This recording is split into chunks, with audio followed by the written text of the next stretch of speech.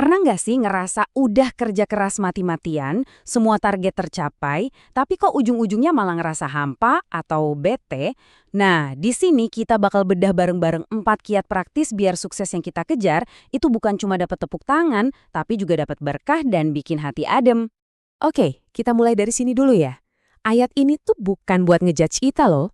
Justru sebaliknya, ini kayak ngasih kita cermin kalau, hey, wajar kok kalau kita ngeluh pas lagi susah, itu emang udah setelan pabrik kita sebagai manusia. Nah, ini jadi titik awal masalah yang mau kita pecahin bareng-bareng. Gimana caranya ngubah keluhan ini jadi kekuatan? Nah, ini pertanyaan penting banget nih. Kita semua kan ngejar sukses ya. Tapi kenapa sering banget pas udah sampai di puncak, rasanya tuh kok gini doang?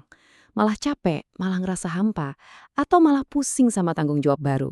Pernah ngerasain hal ini? Kalau iya, tenang, Anda nggak sendirian kok. Oke, ini dia peta perjalanan kita hari ini. Kita bakal mulai dari akar masalahnya, terus kita cari 4 kunci buat ngadepin kesulitan.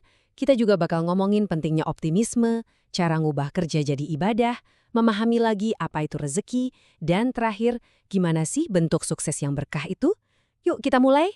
Jadi, rasa bete pas sukses itu datangnya dari mana sih? Seringnya akar masalahnya tuh ada di fondasi spiritual kita yang goyang. Tanpa pegangan yang kuat di dalam, jiwa kita tuh gampang banget kebawa arus.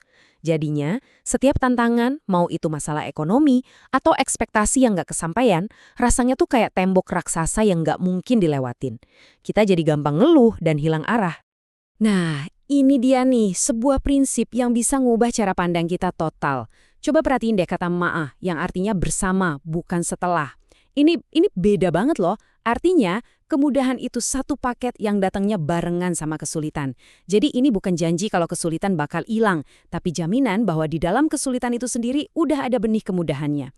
Pertanyaannya jadi bukan kapan ini selesai, tapi di mana ya letak kemudahannya. Oke, sekarang kita masuk ke bagian intinya nih. Pas dunia rasanya sempit, masalah datang keroyokan, ada 4 pegangan praktis. Anggap aja ini survival kit spiritual yang bisa langsung kita pakai. Yuk kita bedah satu-satu. Pertama, iman dan amal soleh. Ini keyakinan kalau usaha baik kita tuh selalu ada artinya dan nggak bakal sia-sia. Kedua, ridho. Ini bukan pasrah buta ya. Ini seni menerima hasil dengan lapang dada setelah kita berjuang jungkir balik. Ketiga, tawakal. Ini lanjutannya. Setelah usaha kita mentok, kita serahin hasilnya sama yang di atas. Dan terakhir, selalu ingat Allah. Inilah jangkar kita, obat penenang hati di tengah badai. Kalau 4 kunci tadi itu fondasinya, nah optimisme ini bensinnya. Tanpa cara pandang yang positif, fondasi sekuat apapun bakal susah bawa kita maju. Sikap kita dalam melihat masalah itu jadi penentu segalanya. Slide ini ngegambarinnya pas banget.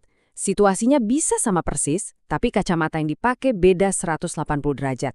Orang pesimis dikasih kesempatan, malah sibuk nyari-nyari susahnya di mana.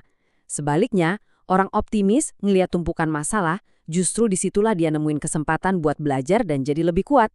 Pilihannya ada di tangan kita, mau pakai kacamata yang mana? Jadi, kuncinya tuh ada di suara di dalam kepala kita. Istilah kerennya inner voice. Pas lagi jatuh, pas lagi gagal, apa sih yang kita bisikin ke diri sendiri? Apakah kita bilang, udahlah percuma. Atau kita bilang, oke, ini berat, tapi aku pasti bisa lewatin ini. Kalimat simpel kayak gini tuh punya kekuatan luar biasa buat bikin kita bangkit lagi. Oke, kita geser ke cara pandang berikutnya yang super keren. Gimana kalau setiap capek kita di kantor, setiap keringat pas kerja, setiap pusing mikirin deadline, itu semua bisa bernilai ibadah? Ini bukan sekedar kata-kata motivasi, tapi perubahan niat yang fundamental. Mengubah lelah menjadi lillah. Kalau kita udah nganggap kerja itu sebagai pengabdian, tujuannya bukan lagi cuma soal gaji atau naik jabatan. Tujuannya itu ibadah. Nah, ini yang melahirkan semangat tempur yang gak ada habisnya. Rasa malas dan putus asa bakal kalah. Soalnya kita tahu setiap detik usaha kita dicatat sebagai pahala, terlepas apapun hasilnya di dunia. Dalam perjalanan panjang kita nyari nafkah, kita butuh rest area kan? Nah, sholat itu persis kayak gitu. Itu tempat istirahat spiritual kita. Momen buat istirahat sebentar dari ribetnya dunia, ngisi ulang energi, dan yang paling penting, ngingetin diri kita lagi kalau kita kerja itu untuk Allah bukan buat jadi budaknya harta.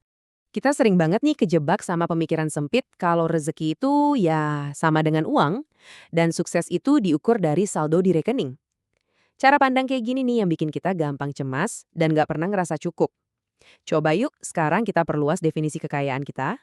Coba deh, lihat definisi yang lebih luas ini. Rezeki itu segala sesuatu yang bermanfaat. Kamu sehat hari ini, itu rezeki. Bisa bangun tidur dengan hati tenang, itu rezeki. Punya teman baik, keluarga yang asik, bahkan bisa napas lega tanpa bayar, itu semua rezeki super mewah yang sering kita lupain. Coba deh sekarang, ambil waktu sejenak, pikirin, rezeki non-materi apa yang udah kamu terima hari ini. Nah, ini dia prinsip navigasi yang praktis banget buat jaga hati kita.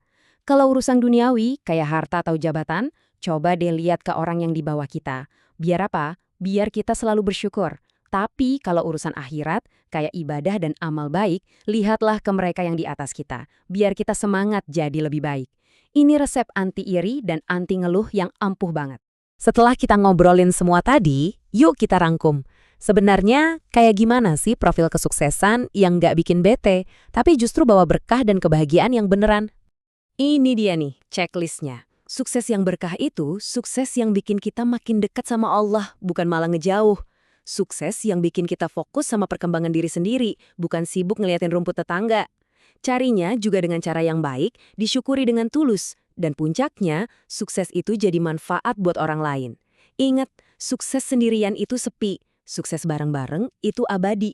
Jadi sebagai penutup, coba deh kita renungin pertanyaan ini.